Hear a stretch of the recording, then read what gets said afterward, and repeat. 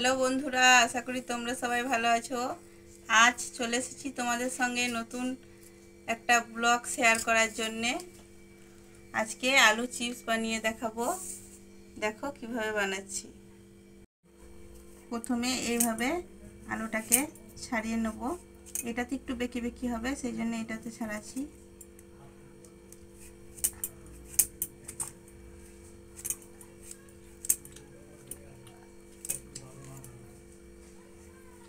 ছাড়িয়ে ভালো করে ধুয়ে নেব।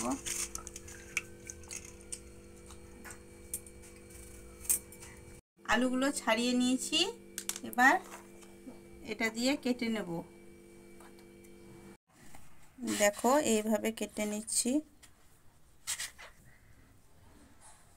দেখো কেমন সুন্দর হয়েছে চিপসগুলো।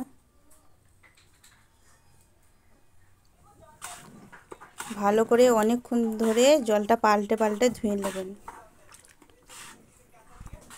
জলটা যতক্ষণ ফ্রেশ না হবে ততক্ষণ ধুতে হবে, না হলে লাল ভাব চলে আসবে।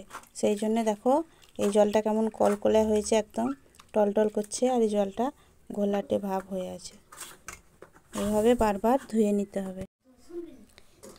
এইভাবে জলগুলো ছেঁকে নেব।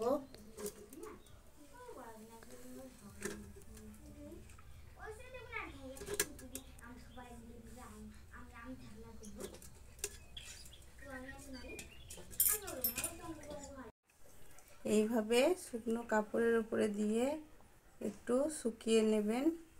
এর মধ্যে কোনো রকম লবণ বা সিদ্ধ করবেন না, কোনো লবণ অ্যাড করবেন না। লবণ দিলে নরম হয়ে যাবে।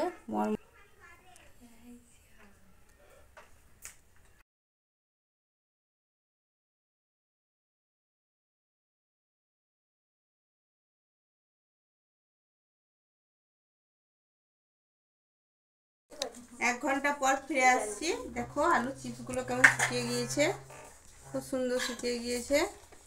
এবার এগুলো তুলে নিচ্ছি।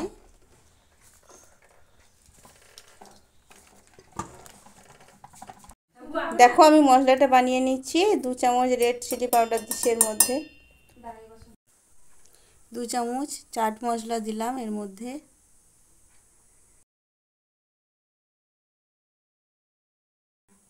একটু অল্প হাফ চামচ মতো সাইট্রিক অ্যাসিড দিয়ে দিচ্ছি। লবণ, একটু সাদা লবণ দিলাম। তারপর এটা বিট লবণ দিচ্ছি।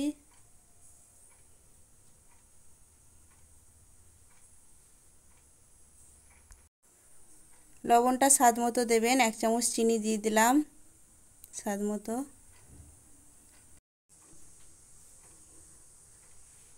তেলটা গরম হয়ে এসেছে। দেখো এর মধ্যে এবার চিপসগুলো ফেলে দিচ্ছি। খুবই অল্প আছে, হালকা হাতে ভেজে নেবে। গ্যাসের ফ্লেমটা লো রাখবে তেলটা তেতে যাওয়ার পর, তাহলে মুচমুচে হবে।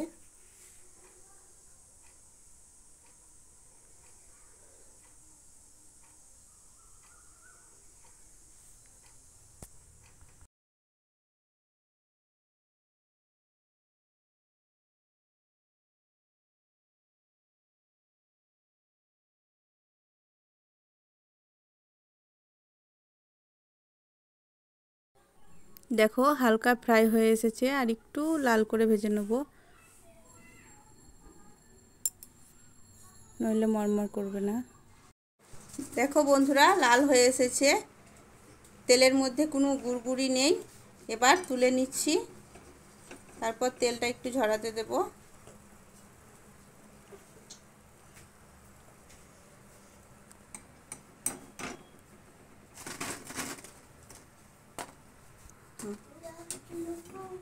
তেলটা যাতে চিপসের মধ্যে লেগে না থাকে, সেই জন্যে পেপারের উপরে চিপসগুলো ছড়িয়ে দিলাম।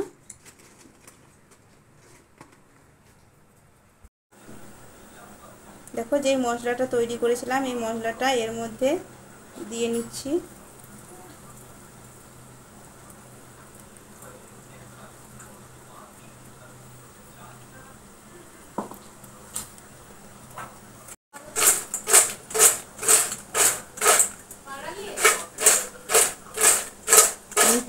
ছোটো কোথায় গেছে?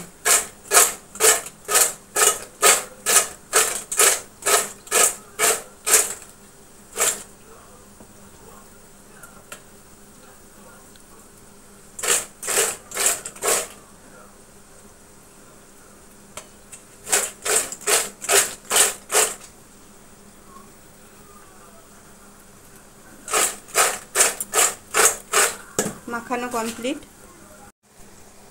দেখো কেমন সুন্দর মুচমুচে হয়েছে।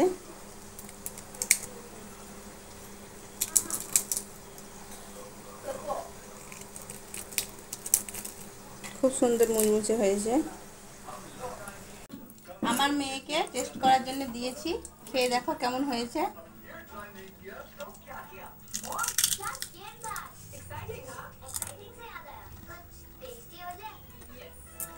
কেমন হয়েছে? টেস্টি। বন্ধুরা তোমরা সবাই সুস্থ থাকো, ভালো থাকো। আমার ভিডিও ভালো লাগলে লাইক, কমেন্ট, শেয়ার করো, সাবস্ক্রাইব করো।